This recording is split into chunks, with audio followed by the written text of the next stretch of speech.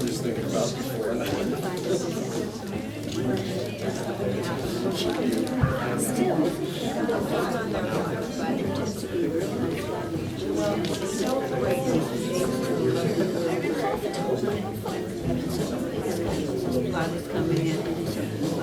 Tried on two like lasers today.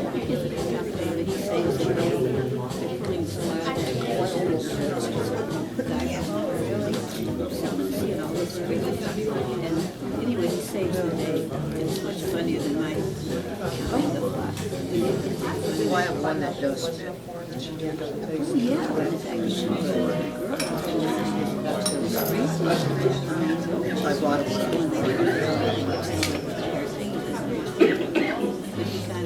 some of the gestures he does and pretending he's talking his language. It's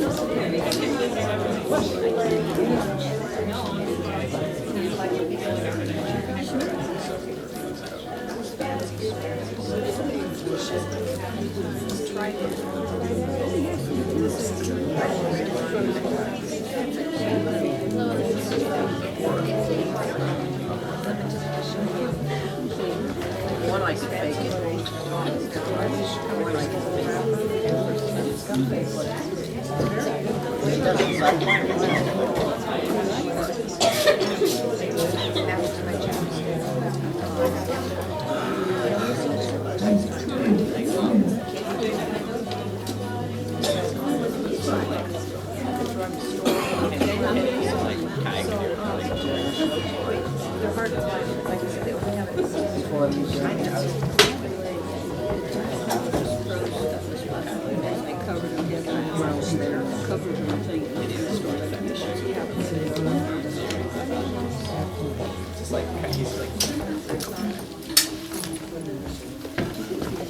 Welcome to Claremont Act 1, our 5th season. We appreciate your support. A little reminder, if you haven't already disabled the cell phone, we would appreciate it. Always a courtesy to our actors. Claremont Act 1 is a total volunteer nonprofit organization. We perform several times a year. This is our fall production, and you may have picked up a flyer to note that in the spring, in April, we're going to do Noel Coward's Blithe Spirit, another British comedy in the tradition. So that should be great fun right here. Look for more information about that at claremont.1.org. I'd like to thank a few of our sponsors. You may note on the back of the program, MSI is the organization that gives us use of the lights, the sound, some of the drapery, which we could not perform without. Very generous. Dan Diego's has given us grants and is very, very responsive, and a great little restaurant on Morena if you haven't tried Dan Diego's. I'd also like to thank Claremont Town Council as well as the Claremont Times. And we'd like to thank you. If you conducted the survey, we're trying to decide on future productions, and we'd like to know what you'd like to see. We're also an organization without a permanent theater. We luckily do thank Northminster for the rental of this space, but we would like a space, or we would like a rehearsal space, or even a storage space. So if you know of any available space that some might like to donate, it is a tax deduction. So anyway, just talk to any one of us. We would be glad to explore that possibility. The program, you will note, has two acts, or two halves. We start with a British farce, Betrayal. It runs about 30 minutes. And then Bosom Biddies, which is a composition by Conrad von Metzke, one of the Claremont Act 1 members, and that runs about 10 minutes. And then we'll do a 15-minute intermission. There are refreshments to be had. The ladies' room is outside and down at the end of the building. The men's room is back through the kitchen to the left in the rear, so that will be available. Act 2, we'll start with Please Have a Seat on an short American one-act, about 10-minute play. And then we will conclude with another British farce, the Book Club of Little Witherington. So again, thank you for coming out tonight. Tell your friends, and I hope you laugh your arse off. And there's free TV for us.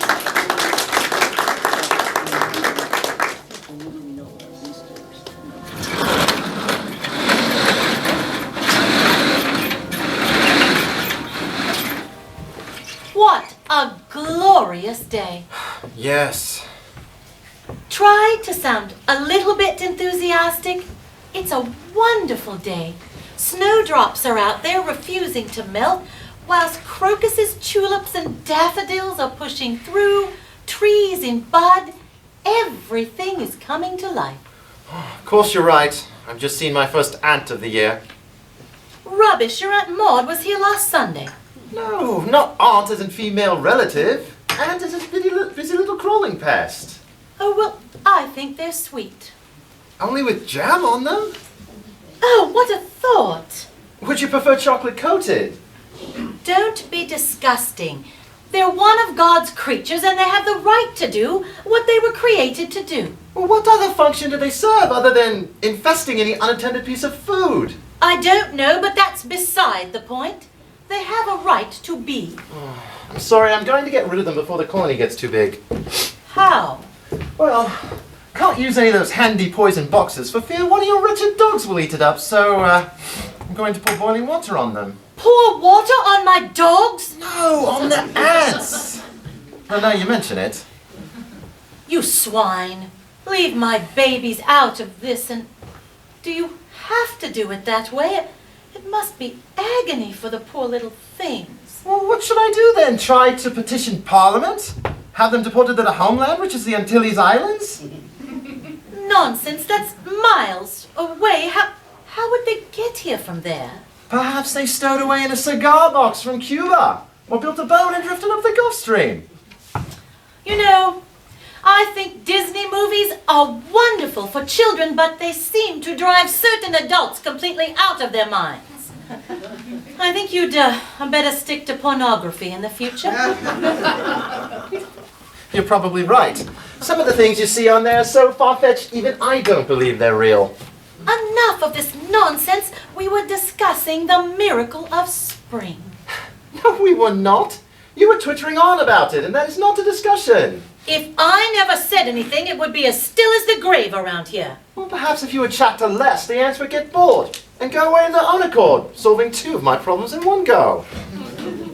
My, we're in a happy mood this morning. Sorry, it's just this spring thing depresses me. Well, it used to revitalize you. Yes, well, that was when I was a lad with a biological urge to increase the size of the human race, which, the more I see of it, should have been considered a failed experiment by the Creator and discontinued at the Adam and Eve stage. So, you don't like people, or ants, or dogs, or me? This morning, is there any life form of which you do approve? Well, the goldfish are okay. You complain enough when you have to change the water. Yes, perhaps we should eat them. Sometimes, no, correction, frequently, you are completely beyond my comprehension. At least that is no great distance. Charming. I'm sorry. I know I'm being unreasonable today. At least something is normal. Well, touche! Look, I do enjoy the flowers that bloom in the spring, but the tra-la isn't there because of all the things that go with it, like ants, mosquitoes, cleaning windows, mowing lawns, etc. I know that you find all forms of physical labor to be a great inconvenience. But there are some things that just have to be done. I shower, I shave, and perform the other function every day. And that reminds me, the aerosol in the bathroom is empty. Anyway, you don't have to shave. I've told you for years that a beard would suit you. At least there'd be less of my face to look at, wouldn't there? Suit yourself. You know, I don't know which of you I have the most trouble with. This cantankerous weekender you or the smarmy workday you when you switch to bank manager mode. Well, What is there positive about mosquitoes? They've never been a problem for you. It's me they always want to eat. Well, at least they have good taste, but they do buzz in my ear. Oh, you poor thing. Never mind that even they couldn't find a way through the wax. And as for the other things, there are positive points. I've seen you mow a particular piece of grass 10 times more than the rest when the neighbor is in the garden in her bikini. Or suddenly decide that a certain upstairs window needs to be cleaned again for the same reason. You noticed. I'm not as silly as you think, and in any case, you are about as subtle as a sledgehammer. Sorry again. I don't know why I do it. She's not nearly as attractive as you are. Good heavens. That's 2 compliments within moments of each other. I'm not at all sure the last is true, but it's good to hear. Perhaps depression is good for you after all. And as to why you feel the need to ogle her, I think it's as simple as the other man's grass is always greener. And that certainly applies to that patch to which you're so dedicated. But don't worry. Do it if you must. Look all you want. Just as long as you don't touch. No fear of that. Her husband is a mean-looking brute. Oh, didn't you know? It appears as though he's left her and she's living there alone. Oh. Was that, oh, as in, oh, what a pity, never mind, or, oh, as in, that opens up new possibilities for après mowing. It was simply a neutral acknowledgement of information received. And speaking of her, does she have a name? Yes. Juliet Jones, I believe. How did you know that? You sometimes have problems remembering your own name. Ha bloody ha! She simply introduced herself to me the last time I mowed in the autumn. Oh, that was when I was away for the day. I was surprised by how industrious you'd been when I got home, especially since there'd been a football match on the television. Well, it was simply too nice a day to watch football. Now those are noteworthy words. I've never heard you utter them before. Who could that be? No idea. Are you expecting anyone? No, you? No. Perhaps you should go see who it is. Why me? Well, because I'm depressed and I might frighten Oh, someone important no. away.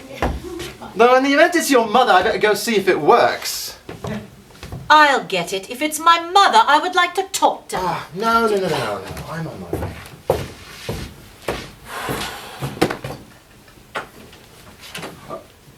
Hello.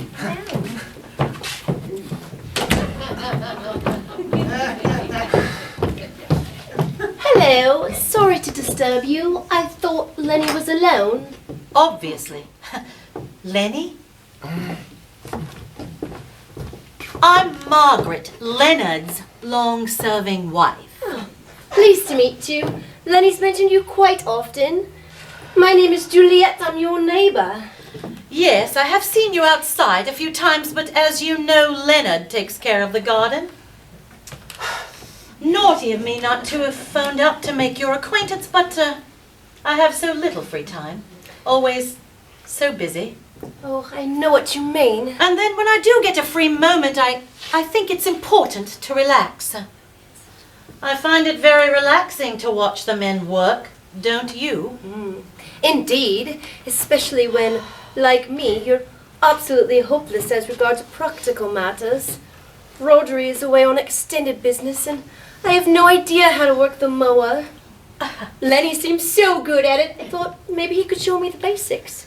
Oh, I'm sure Leonard would be delighted, but I do have to warn you.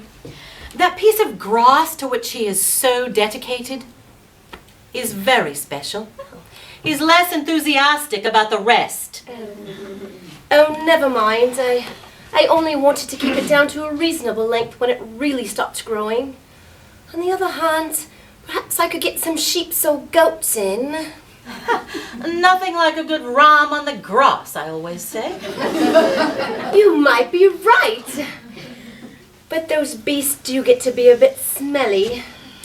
I should just get to grips with the mower. Could you spare Lenny for a few minutes?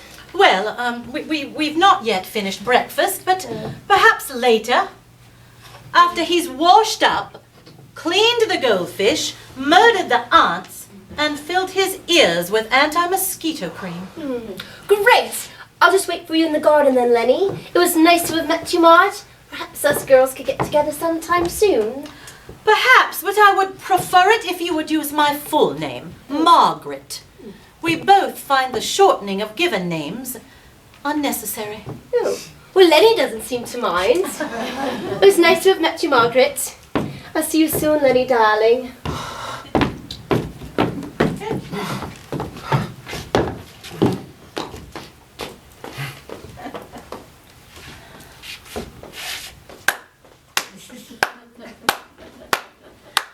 Well, Lenny, darling, you seem to have made quite the hit there, especially since you only spoke to her once last autumn. Well, I have seen her in the village a couple of times since then. Might that include one or more of your visits to the pub? Now that you mention it, I believe she was there once or twice. How cozy for you both. It was all perfectly innocent. She was there purely by chance. And her husband, what did she call him? Roddy? Was he there as well? Rodri. Yes, the first few times. The first few times. So this was a regular thing then? Did she not tell you that he was on an extended business trip? No. And what did you and Julie talk about, Lenny? Apart from humdrum food stuff such as Marge. I don't remember. Look, you seem to be making an awful big thing about my talking to her. It was perfectly innocent, as I said before. And why shouldn't I have contact with the neighbors? It's a perfectly normal social thing to do. And in the bank manager's handbook, Chapter 1, How to be Obsequious. But maybe you're right and I am overreacting. Maybe I should make more of an effort to fit into the community. Perhaps so. Yes. When was the last time you spoke to Beatrice? Who? Beatrice Wilson, the 87-year-old lady who lives on the other side of us, socially aware, Lenny baby. You mean Mrs. Wilson? I wouldn't dream of calling her by her first name. Did she not tell you that she's a spinster, proud of it, and insists on being called Miss? Look, you seem to be making an awful fuss about this. There really is nothing going on between Julie and me. I believe you, but shouldn't you be riding off on your white charger to help her? Should I not do the washing up first, as you said? No, I think I can load the machine like I usually do. Perhaps I should walk the dogs. No, that I can also do, and I wouldn't want you leading them astray. Well, I'll be off then. Look, there really is nothing going on, you know.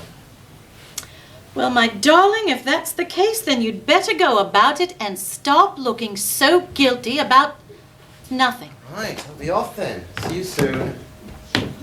And I'll see you sooner, because I'll be keeping my eye on you.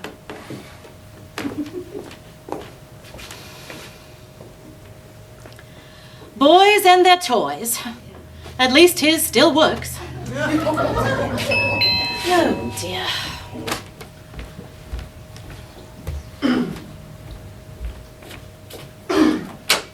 Yes? Good day, madam. I work with your husband.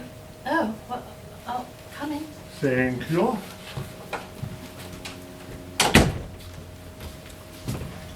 You say you're a colleague of my husband's? Yes. What's your name? Oh, I'm sorry. Burns. Robbie Burns.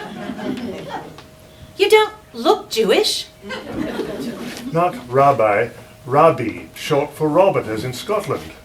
You don't sound Scots. My father was seduced by an Anglo-Saxon siren. Pardon? My father abandoned the Highlands to marry my mother. You know, I don't remember my husband mentioning you, and I think I know most of his stuff, but your name sounds so familiar. Oh, when I say colleague, I mean I'm from the Home Office, but I've never actually met your husband. Then why would you suddenly need to see him on the weekend? It is a matter of great delicacy. Couldn't you have telephoned? Oh, no, you don't talk about things like that on the telephone. Oh dear. Well, very well. I'll go and Oh, find please. him for you. Thank you.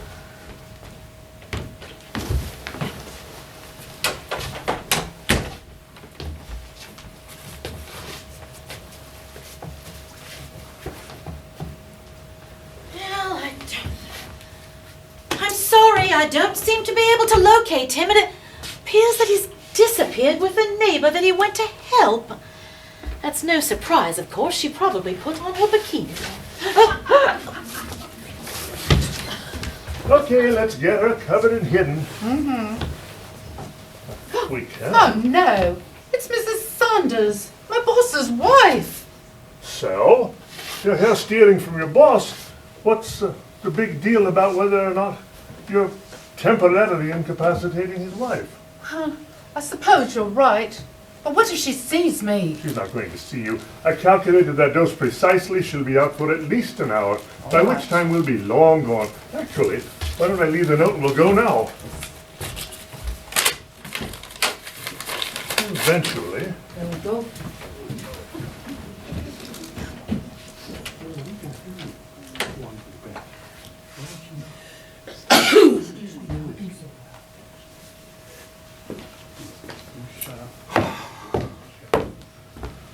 I'm back.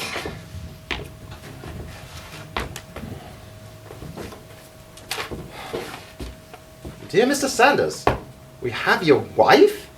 If you want to see her live again, you'd better go at once to the bank where we'll be waiting for you.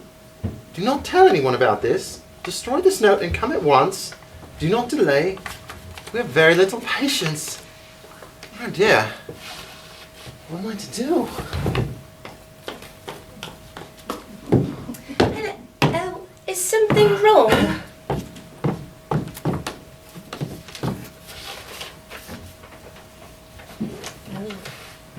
Oh, that does seem like a problem. Are you going to call the police? No.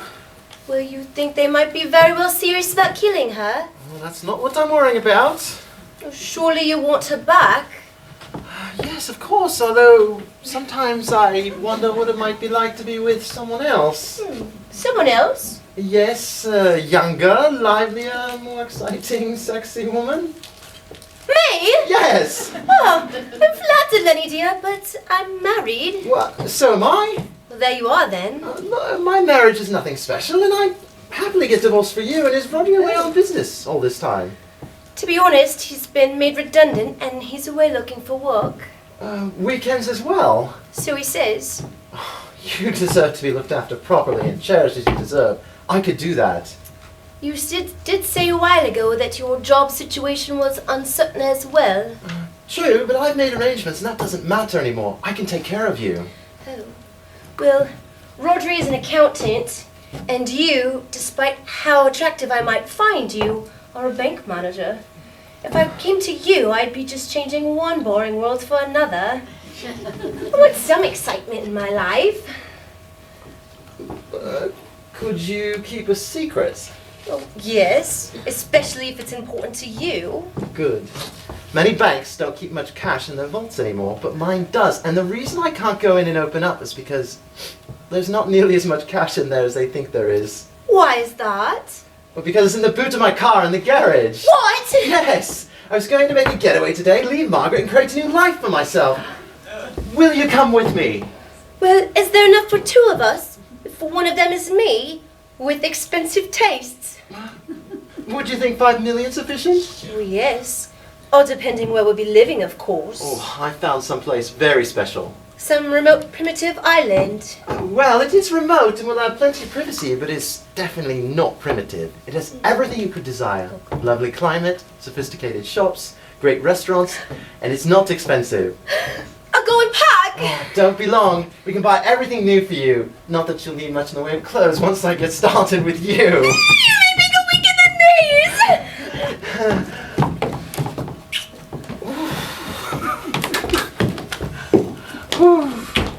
There you are, Mr. Sanders. Fiona, what are you doing here? I have a confession to make. What is that? Are you madly in love with me as well? Oh, yes, but I couldn't tell you because I had nothing to offer you, which is why I've been taking money from the vaults. Stealing from the vaults? Yes, please forgive me. I was only doing it for you. Well, I can't believe what I'm hearing. My most trusted assistant, the only one with access to the vaults apart from me, stealing. Oh, it was stupid, I know, but please tell me you understand. Well, oh, Here I am! For some reason I was already packed. What's going on here? well, it's not what it seems. She's an employee come from the bank to confess she's been stealing from the vaults. She's stealing from the vaults as well? How many more of you are at it? So much for you being able to keep a secret. Oh, I thought the other piles of money looked strange. There's not a lot left, is there? So, both of you are stealing, are you?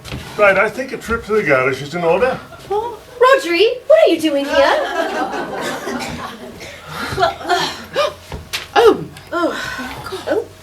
Mr. Burns Mr. Burns. is supposedly kidnapping me. Well, but you told me if I wanted to see my wife again, I'd have to come to the bank, yet here she is. Not happy to see me, Leonard. Yes, of course. Right, I think all of you go to the cellar now. You can be cozy there all together. Me as well? Well, yes, of course you as well. But I thought we were partners. Well, I only needed you to find out where the money was. Once I figured that one out, I didn't need you anymore. I can't trust you an inch anyway, and do you remember that old song about no woman, no cry? Come on. You can all go down there and you can swoon over to your boss. He is mine whether he likes it or not. Well, he promised himself to me. I'm more than happy to go to the cellar and sort this out, but not because of your threats. I am perfectly capable of using this, you know. Don't be silly, Rodri. You're just a softy at heart. What is going on? Anyway, you need these bullets, yes? Furthermore, the reason I'm happy to go to the cellar and sort this out is because of what I found there. And what was that? A lot of money. Money? In the cellar? As well as the boot of his car. What, so it would seem. But if there's 5 million in the cellar and another batch in the car, where did it all come from? That bank is very small. Is it all real? No. Now for my cowboy bit. Hands up! Oh. I'm not afraid to use this, which I can assure you is loaded. Oh, you'd better do as she says. She can be a very determined woman. The money in the boot was counterfeit and all my own creation. The money in the cellar came from the bank, but I've decided to liberate it. It's all for me. Well, Margaret, I'm shocked. Oh, darling, you are so much more. You're con. Now, get to the garage. Go directly to the garage. Don't pass windows. Don't attract attention. Go now. What? Damn it. Well done, darling. Detective Roll. Sergeant, darling, to you, chummy. Well done, Sergeant. It's been a long haul, but we finally got them all. Not so fast. Oh my God. I am Oh, no. Special Agent Fiona Farrington Phelps of Interpol, and you were all under arrest. Yeah. You two, for impersonating police officers, conspiracy to steal, aiding and abetting a felony, and non-payment of parking fines. You, for counterfeiting, unlawful possession of a firearm, and jaywalking. And you for bank robbery, dereliction of duty, and for being stupid enough to think I could fall for you. Are you serious? No, of course not. How could anyone with a name like mine hope to get into Interpol? However, it is time I was leaving. To the back wall. No. Up you go, sister. Go. Back wall. Right now, you. Hands on the back of your heads, all the way over. By the way, the real money is back in the boot of the car, and I have the keys.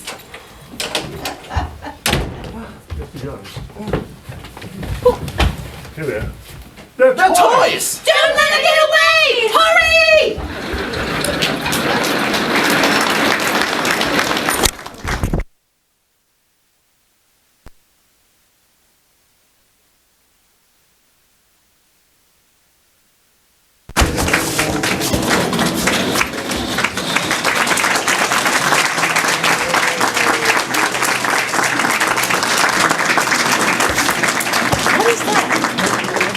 Oh, that's it's supposed to be. Can't, Fiona, put that. Put that.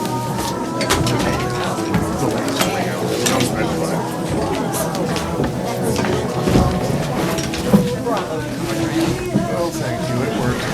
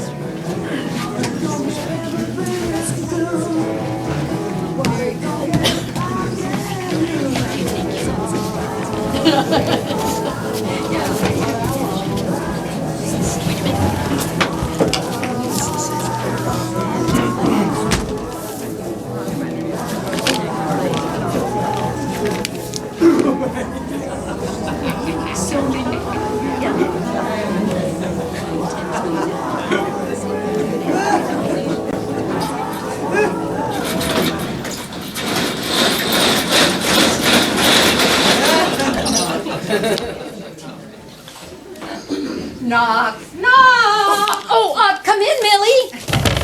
Hi, Clara. Hey, I brought you that turkey you asked for. Do you want it in the fridge?